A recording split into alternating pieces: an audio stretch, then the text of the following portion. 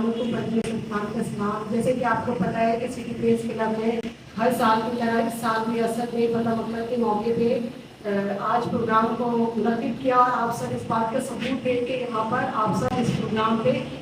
शिरकत किया। आप सबों को तहे दिल से शुक्रिया अदा करना चाहूँगी। और हमारे प्यारे नबी हज़रत मोहम्मद मुस्तफ़ा सल्लल्लाहु अलैहि वसल्लम का हर पहलू हमारे लिए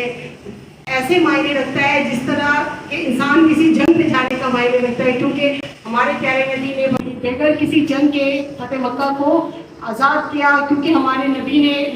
वहाँ पे एक अमन का, क्योंकि वहाँ पे जो काफिर थे और जिनको हमारे नबी से इतनी दहशत हो गई थी कि उन्हें कोई तलवार या नेज़ा उठाने की ज़रूरत नहीं पड़ी और उन्होंने अपने ही एक ताकत के बलबूते पे इस जंग को फतह किया। तो हम सब मुसलमानों को हमारे प्यारे नबी के रास्ते पे चलने की तौफीक अता फरमाए और हमारी सिटी पर इस क्लब को दिन दूनी रात तरक्की।